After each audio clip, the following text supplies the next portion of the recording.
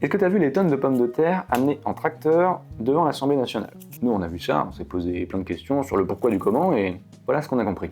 Aujourd'hui, l'accord de libre-échange Mercosur devrait être signé par l'Union européenne et des pays d'Amérique du Sud, et ça promet d'être tendu. Mais déjà, c'est quoi le Mercosur? C'est un traité qui lie l'UE et des pays d'Amérique du Sud et qui facilite et engage l'échange de produits majoritairement alimentaires. Alors, l'avantage premier serait la baisse des coûts de production, mais aussi des taxes douanières, et au final, ça se répercuterait sur le prix des fruits et légumes qu'on achète.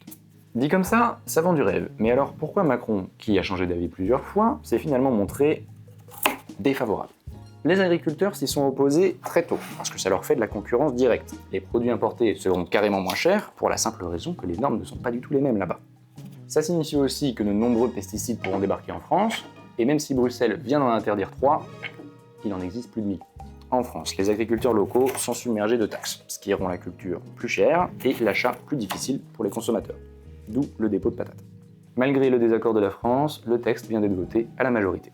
Écologiquement, un tel accord, ce serait 34% d'émissions de gaz à effet de serre d'une année à l'autre. Sanitairement, ces produits moins onéreux sont plus nocifs parce que les normes françaises sont plus rigoureuses. Est-ce qu'au final, ce serait pas mieux de payer un peu plus cher des produits sains et des agriculteurs locaux? Dis-nous ce que t'en penses en commentaire.